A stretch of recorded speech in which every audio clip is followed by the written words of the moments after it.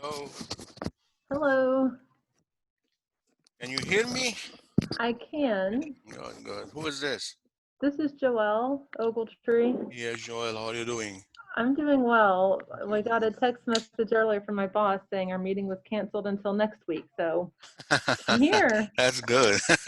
For some reason, in the back of my mind, I just felt like that uh, might happen. okay, okay. I'm So glad to have you today with us. I'm glad to We're be here. going to go some important subjects, I believe. So, you know that you have your practical, first practical is going on, is coming this week. You know that it is available, I think, today till tomorrow. Okay. And that will cover everything we had so far for the lab. Um, the last thing I think it was the helminthes and fungi, herbivore, staphylococcus identification, and everything before that. Okay, so I'd like first of all to go through this Kirby board because I received the homework from some students and there is still some confusion about it, the way they interpret it, the way they read it, okay? So I wanted just to go through this very quickly with you so you have an idea how to interpret this data, okay? So in Kirby board, basically what you do is you start with like a bacteria culture, you spread it very nicely, uniformly, uniquely, you know, on the plate, cover the plate thoroughly. And then after that, you get your antibiotic saturated discs. Okay, each one, it had a name and you know the concentration, and you put those discs on the bacterial culture that you started. Okay, and then incubate everything maybe for a day or a couple of days. And then after that, you need to bring it out from the incubator and start looking for the sensitivity of your bacteria to those different kind of antibiotics. And the way you measure this, you measure what we call an inhibition zone. And an inhibition zone is basically a clear area around the antibiotic, and you can measure the diameter of this area, and you are going to be provided with like a sheet, and that sheet tell you if the diameter of the clearing zone at specific like length, so that will, you know, tell you whether your organism is sensitive or resistant. Generally speaking, the larger the inhibition zone around the antibiotic saturated disk, the more susceptible your bacteria is, okay? So for example, in this plate here, we have how many antibiotic we are testing? We are testing 5 different antibiotic. So those are 5 different discs, each one saturated with a specific concentration of the antibiotic. Okay, and based on this, you can roughly say that one of the antibiotic, I didn't ask to read those numbers because it is, you can't read it. The main idea from this question was not to read or to say anything. It says here clearly you have 3 different bacteria, and those are bacterium A and B and C. They were treated with those same 5 antibiotics. Okay, and the question is, generally speaking, based on this, what is the most resistant bacteria for those antibiotics? So it did not ask you to which antibiotic the bacteria is resistant to. So you don't need really to worry about all those names and letters and concentration. You don't need to worry about those. But if you look carefully for those 3 plates, you can see that in the bacteria A was susceptible to at least 3 different antibiotics. Bacteria B is susceptible to 2 antibiotics.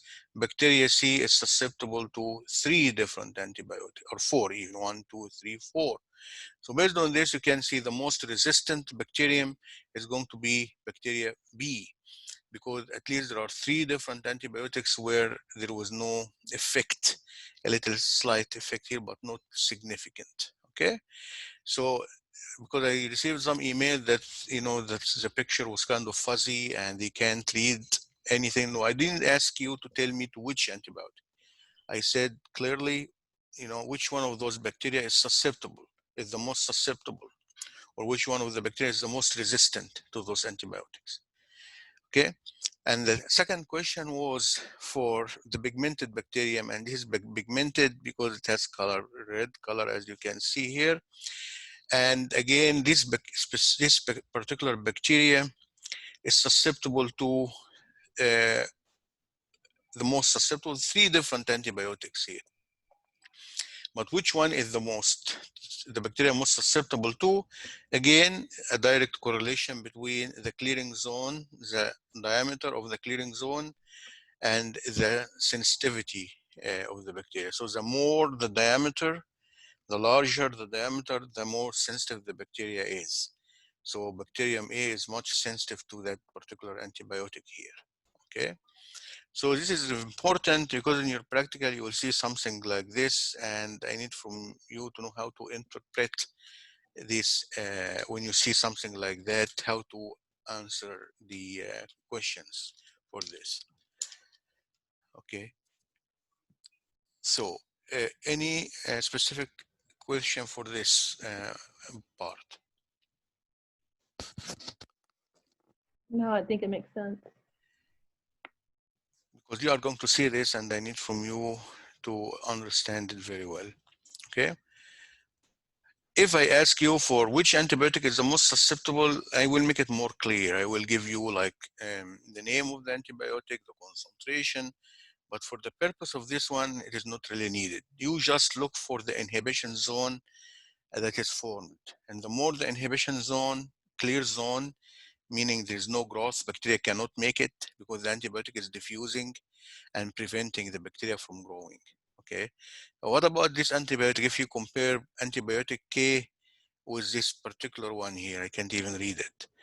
You can see clearly that the bacteria is more susceptible to that one, okay?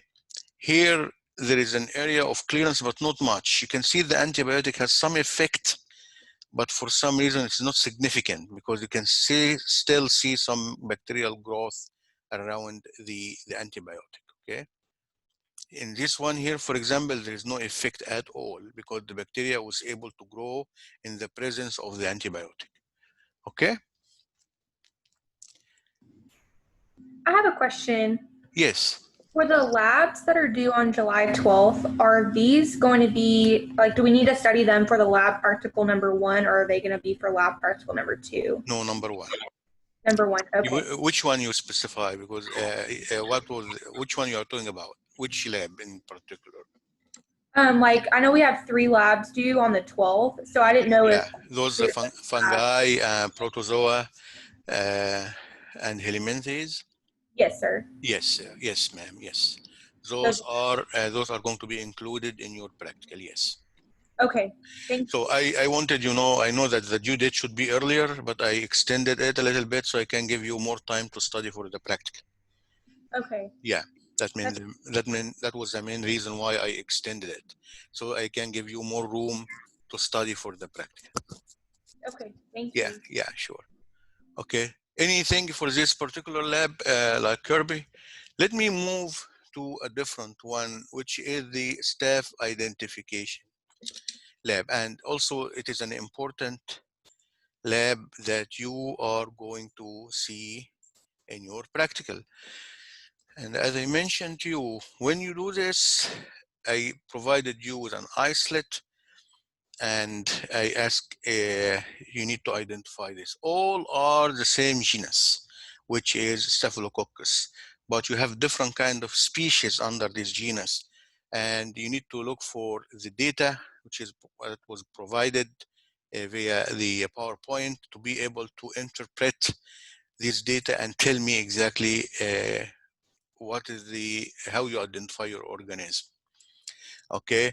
So as I mentioned, the key here is to look at this last slide in your presentation. And here, the first test you can see is going to be the coagulase test, because coagulase is important coagulase can divide those staph into two major groups. Okay, those who can coagulate the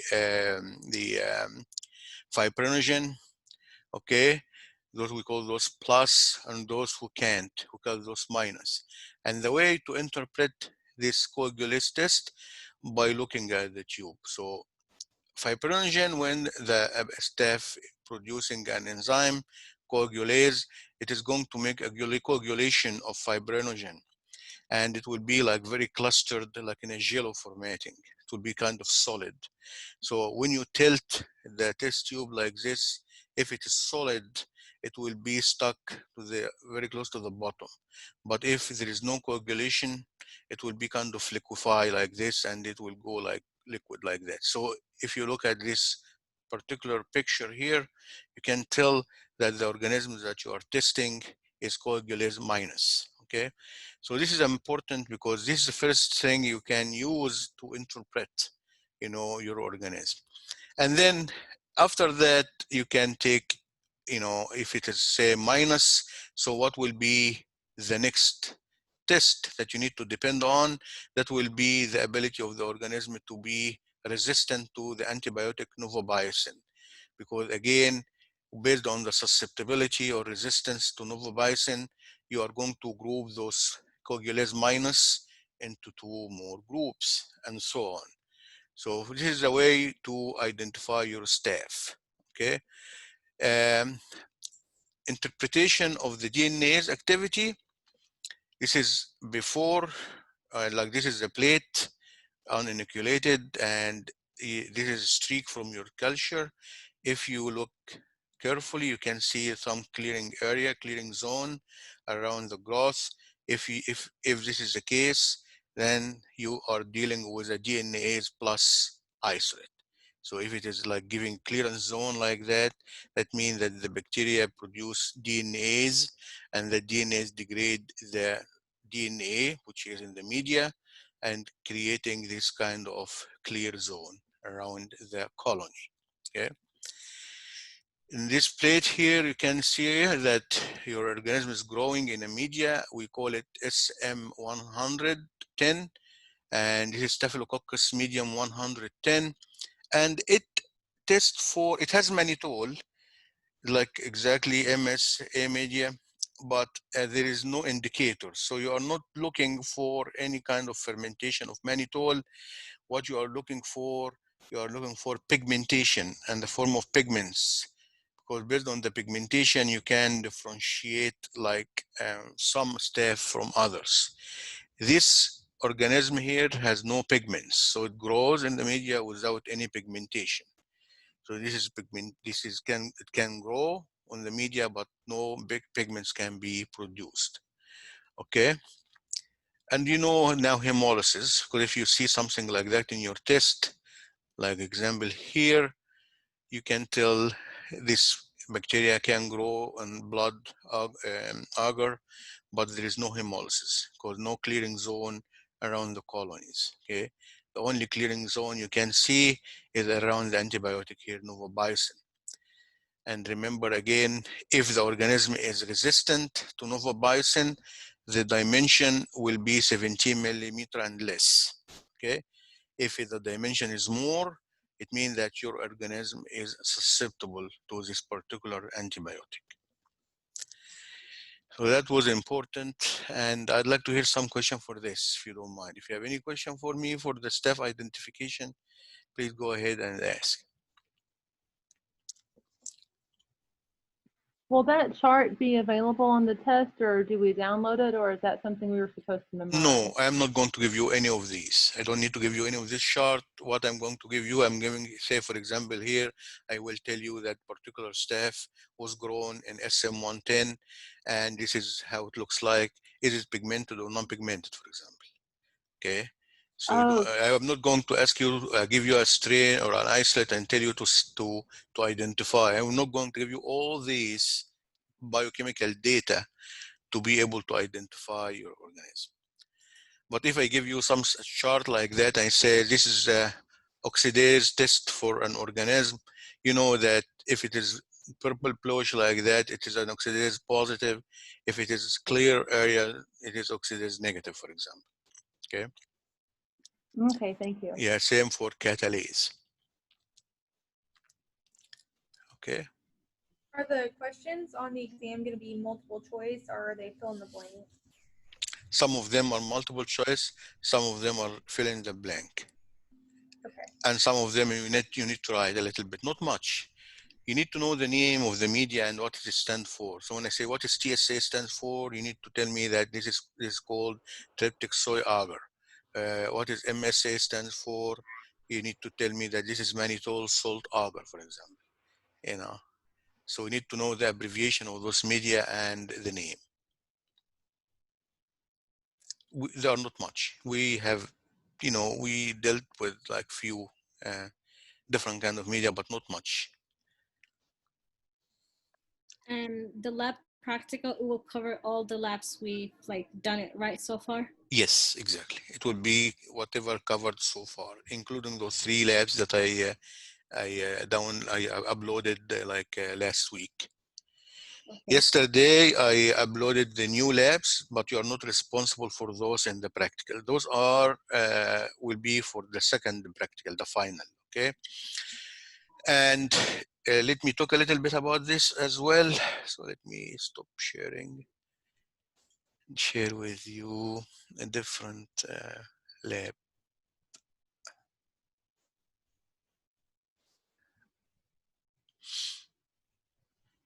Okay, let me do this.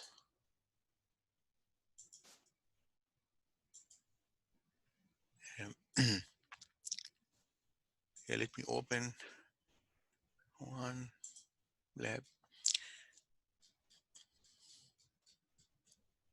So last night I did submit another bacteria identification for you, and this time they are 3 different bacteria or 3 different isolates, but those are not staph. Okay, those belong to family Enterobacteriaceae. Okay, so let me get this one for you. Okay, so let me share.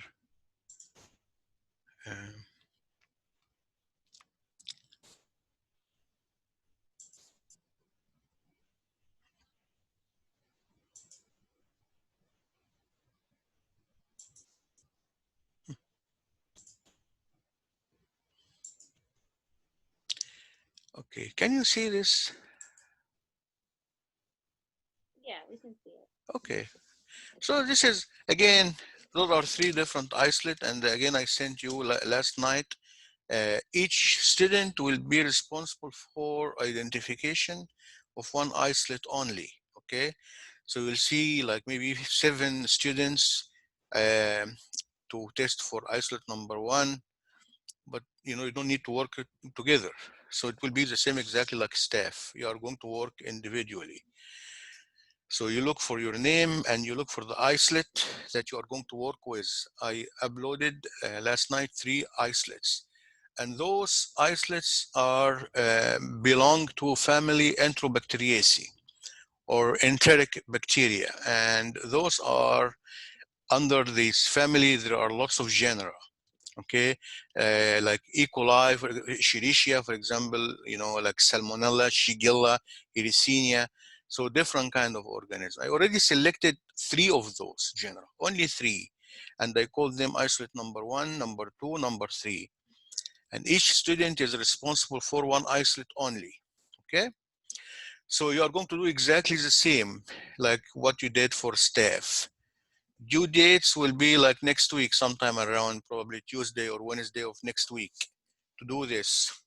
Here's another 25 points. It's exactly similar to Staphylococcus. Staphylococcus is 25 points toward your lab, and that one also is 25 points toward your lab, okay? Enterobacteriaceae, they have some like common features, okay? First of all, unlike Staphylococcus, they are gram negative, so they are not gram positive. Like staph, they are gram-negative, and mainly short rods, and they cannot produce spore. So they are non-spore former, and they are, some of them are motile, can move with what we call pretricious flagella, and that means that they have flagella everywhere surrounding the cell. So they have something common in nature, but they have some differences. Okay, so I did the same. I send you a PowerPoint presentation with data, biochemical data for your isolate, and your job is to identify the isolate.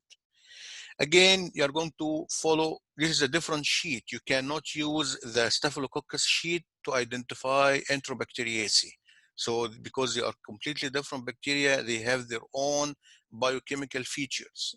So again, by looking at the first test you need to look for, when you start identifying, you need to test for the lactose, the ability of your organism to ferment lactose.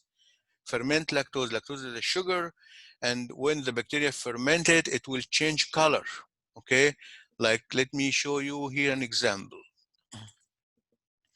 If you look at this picture, for example, here it says your organism was basically tested for its ability to ferment different kind of sugar.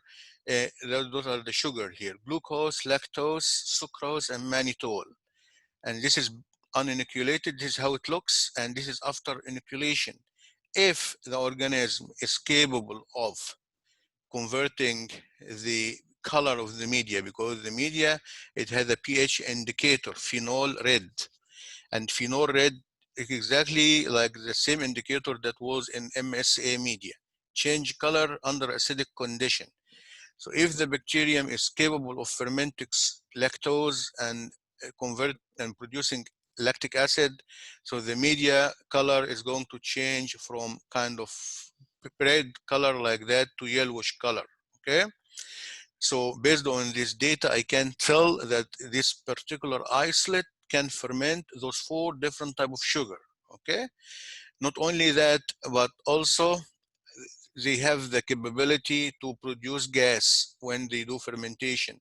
So it produce an acid which convert the media color, and also there is a gas accumulation here on the Droham tube. Okay, so going back to the chart, the first one, so if it is lactose fermenter, and you are going to take this route, the right route here. If they cannot ferment lactose, meaning the media is going to stay red, so you are going to take the different route. Okay, and then you are going to follow up if they are lactose fermenter. So the second test you look for the ability of the organism to produce hydrogen sulfide.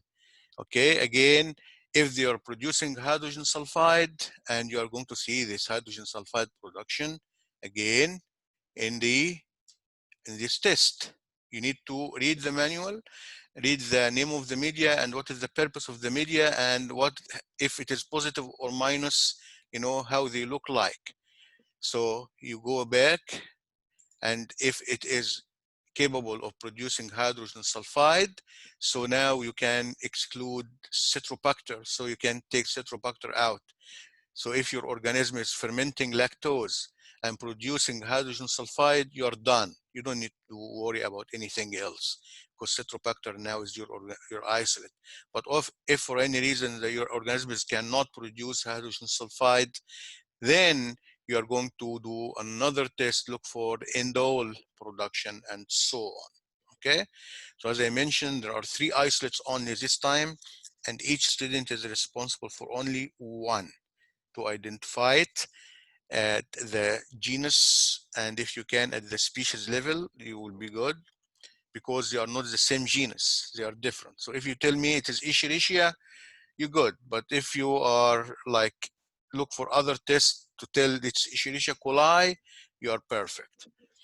And then you're going to follow up with another essay about that particular isolate. Same exactly like what you did for the staff,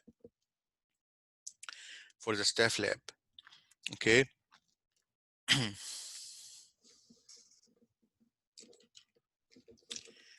Questions for me?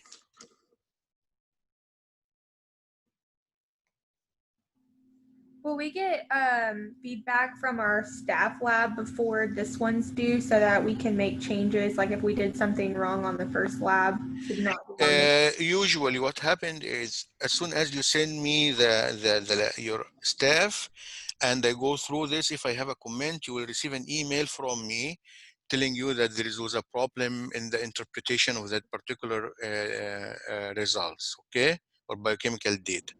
Then I will ask you to redo that specific one. And if we even sometime I have some Zoom meeting, you know, to go through this briefly. But if you are not receiving any email from me, just received thank you, it means that you are on the right track and nothing else you can do. Okay. Yeah.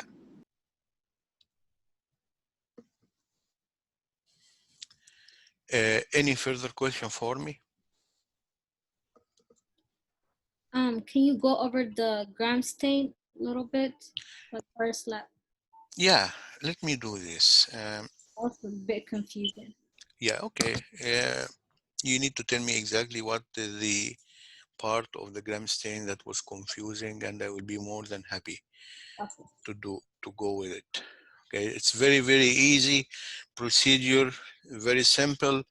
Gram staining, you don't really need to do any kind of treatment with heat or anything like that. Okay, so grams, can you see the presentation? Yes. What you need to know from gram staining is that the gram staining can differentiate bacteria into two major groups, okay, based on the cell wall structure. Those who have like a very thick peptidoglycan layer, we call those gram positive. And those who has like a very thin layer of peptidoglycan, we call it gram negative. But if a bacteria have a very thin layer like this, it will make the bacteria very vulnerable to the environment. So they were supported by an extra layer, we call it outer membrane layer. It is very similar to the cytoplasmic membrane in terms of the structure, phospholipids, but it has other proteins like lipopolysaccharides.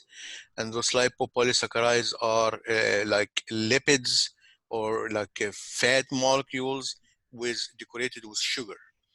This is very characteristic for gram-negative bacteria. Okay, so when you do gram staining, basically you have two different kind of dyes. Okay, one of them we call it the primary dye, which is crystal violet, and the second one we call it counterstain, which is safranin. Okay, they have different color. Crystal violet is purple bluish color. Safranin is kind of orange reddish color. Okay, so if you treat both bacteria with crystal violet, both bacteria will take it. So at this point, you will not be able to distinguish between gram positive and gram negative. So what you need to do, you need to treat those with a decolorizing agent. And the decolorizing agent is ethanol. So ethanol, what ethanol do is remove the outer membrane, which is phospholipids, that can be dissolved in ethanol. When it happens, okay, so the crystal violet is going to leak out easy because you have a very thin layer of peptidoglycan here, not as much. So crystal violet is going to seep out and leak out, will make the bacteria here colorless, no color. So if you look at under the microscope, if you have gram negative, you will not be able to see it clearly because there is no contrast. So in order to increase the contrast, you need to add the other stain, which is safranin. So gram negative will take the safranin and become red. Gram positive will take some of it, but since it has crystal violet, so you will see sort of a mixture between reddish, bluish, purple color, okay, and that will be your interpretation for gram positive. So it will be kind of darker, more clear, not red, not as red. So here, for example, all those are gram positive, as you can tell, because they retain a crystal violet. You can see some shadow of like reddish color. This is because the safranin. Okay, If you do over decolorization, so that will be a problem because it will give you like false positive or negative results. So decolorization with ethanol is very critical step. It is very limiting step. So you need to do it quickly in a short time, because otherwise the crystal violet will come out also from gram stain, from the gram positive, and it will not be able, you will not be able to tell is it gram positive or gram negative. Also, the age of the cell is so critical. Younger cell stem better than older one. Okay, so now my question to you, what specifically that you are confused about in gram staining? Actually, you covered it up because I was confused about the decolorizing those agents, and I think you like explained really well. Okay, I'm happy to hear that. Thank you very much. Okay, anything for this particular lab, the gram staining?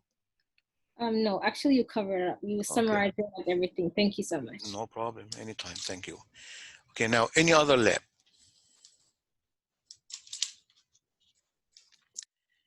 Any other lab?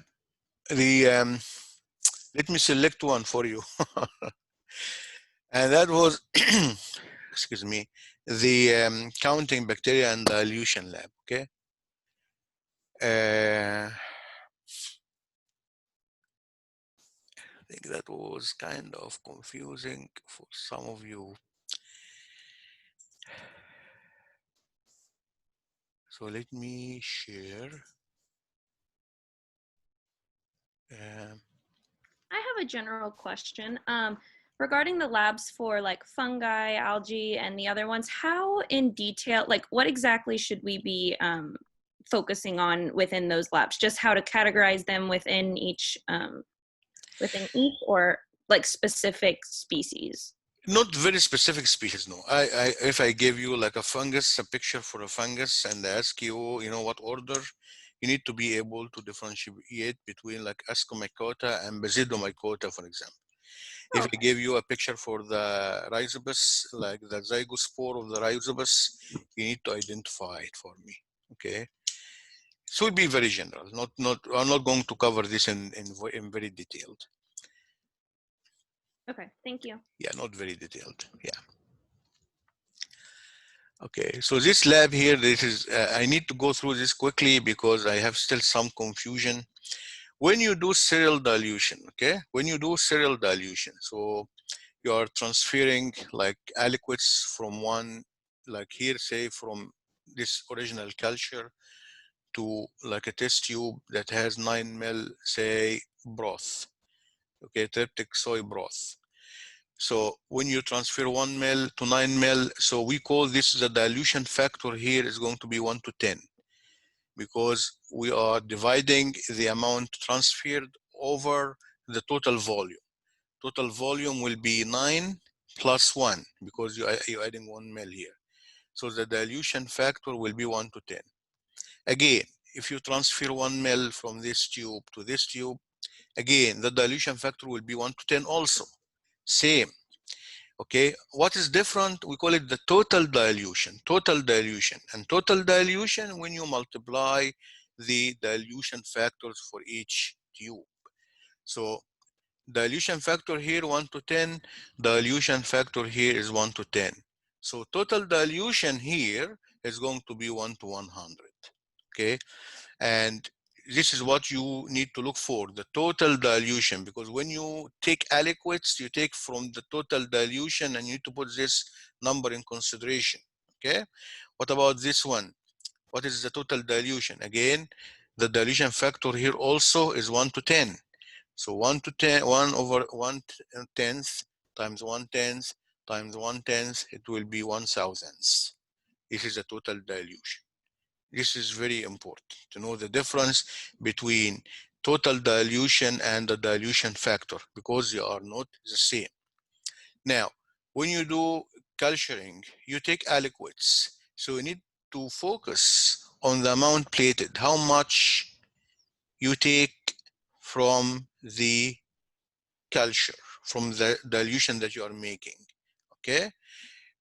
you can take 5 ml, you can take 1 ml, you can take 2 ml, whatever, but you need to know exactly amount plated because you are going to use it in your equation.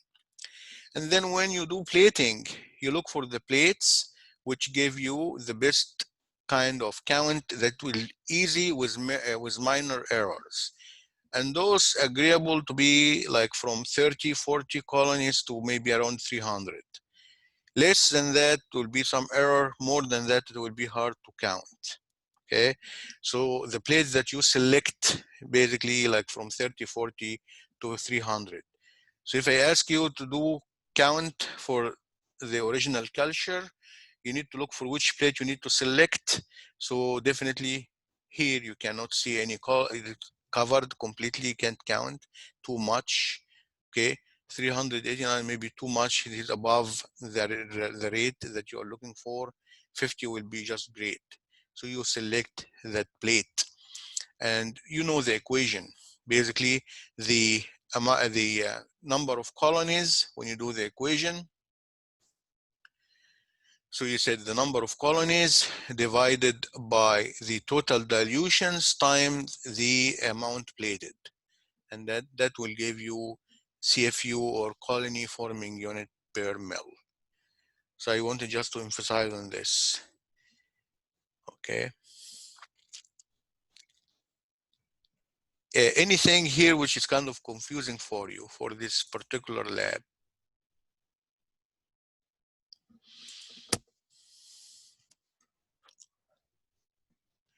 And that will be when we do phage like plate forming unit or PFU, we're going to do exactly the same. But in plaque forming unit, you are not looking for colony, you are looking for clear zone in the agar media. Because that will tell you each one of those is basically that was supposed to be a colony, but it is completely lysed due to phage infection.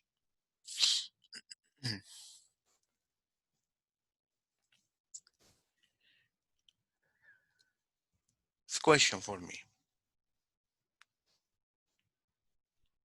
No, you covered up. It's good.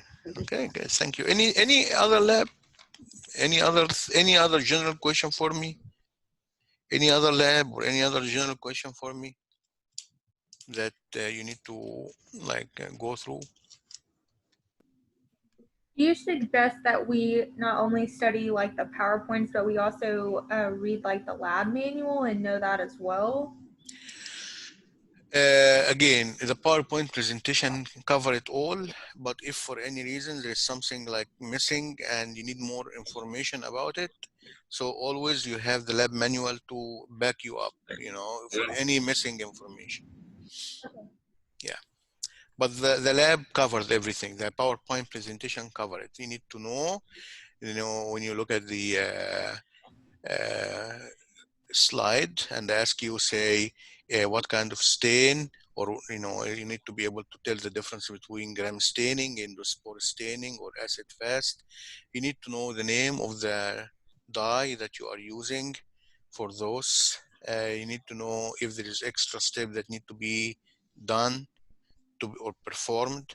You need to know these steps as well. If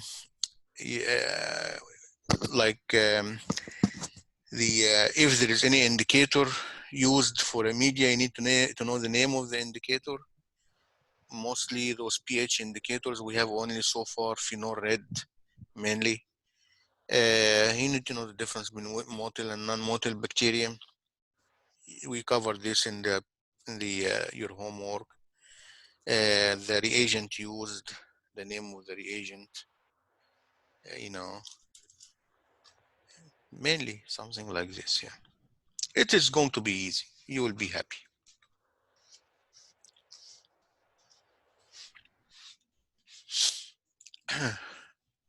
Now there is a suggestion from the the Richland College that the last 2 weeks of the semester, basically probably week 9 and week 10, to specify sometimes like maybe a couple of sessions for lab meeting.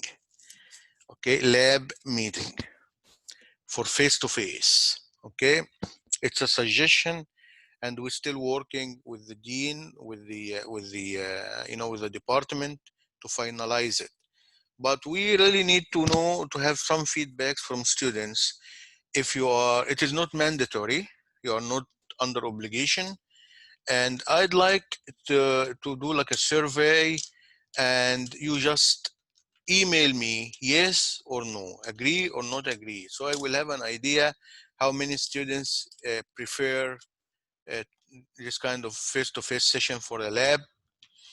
The main problem with this is that the lab, basically before doing anything in the lab, you need to go through some kind of safety procedures that you need to follow. And that will, if we discuss this, that will take most of the lab, basically, before you start touching anything. The other problem is if you do an experiment in microbiology, generally you do the experiment and like you come the next day or 2 days later to look at it and see how it looks, to be able to interpret it. Okay, so we kind of like skeptical about the timing, you know, like 2 sessions probably will not be enough to do this kind of work. So we trying very much to see what kind of lab experiment or assay that we can do like the same day, you know, what you like to do generally, and like you prefer, like you was really interesting in doing it if we have face-to-face, but due to this current situation, you couldn't do it. So what kind of experiment you like to do, you know? So if you don't mind, if you can email me and tell, yes, I like to have this face-to-face session, and I like to see this experiment or to see this or that. Or you said no, at this time where there is like COVID-19 cases is just like spiking. So it is not a good idea to attend these kind of things. So I will have an idea when I like move this information to the department head.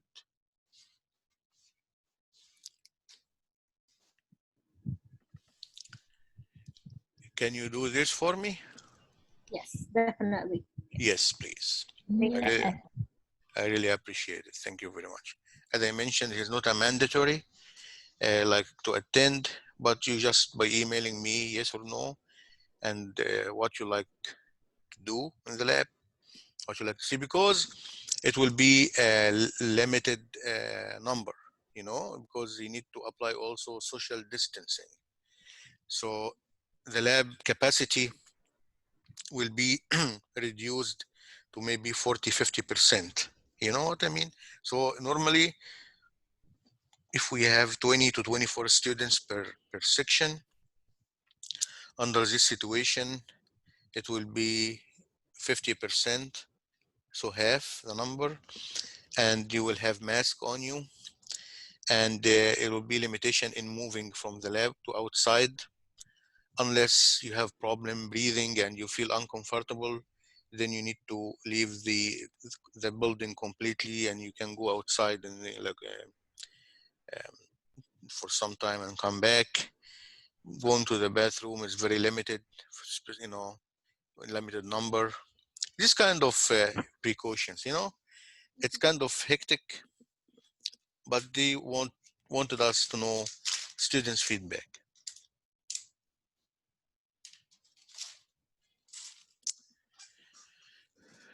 Okay.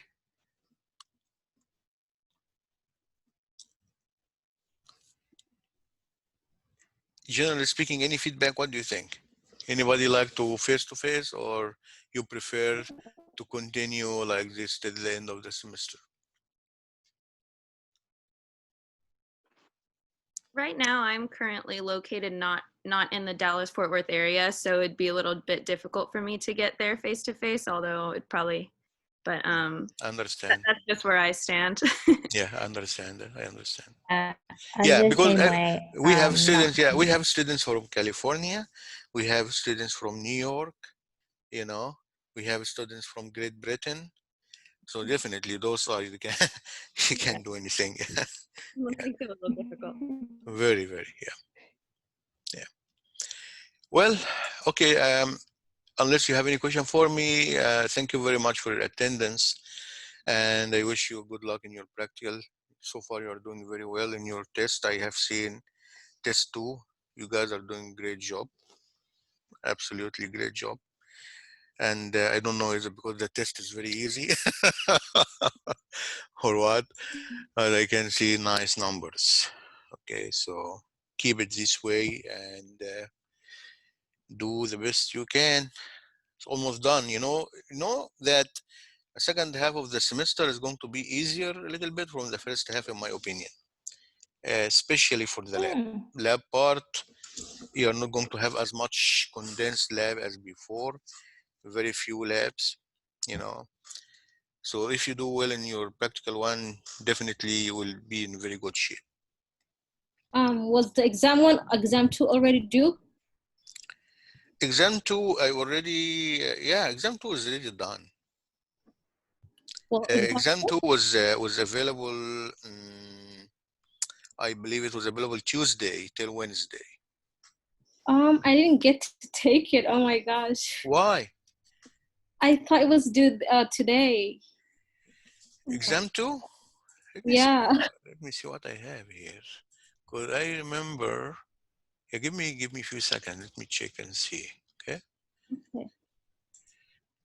Exam 2. Okay, so exam 2 was available July 8th. Let me see here, okay? Let me see. Exam 2, it was available July 7 from 8 a.m. till July 8 till 11:59.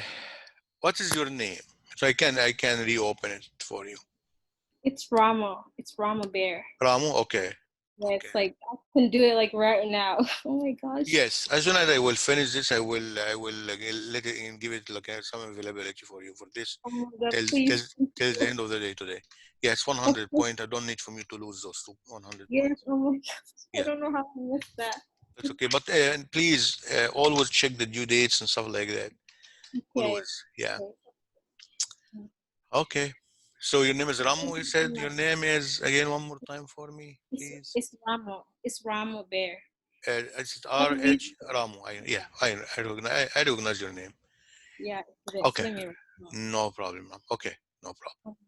As soon as we finish this, just email me a reminder quickly. Okay. Okay. Okay. I will email like right now. Okay. Thanks. Okay. Thank you. Thank you very much, guys, for your time, and we'll meet again next week. Okay. Thank you. Thank you very much. Thank Okay. you. You have a good day. Thank you. Okay. Bye bye. You too. Bye bye. Bye.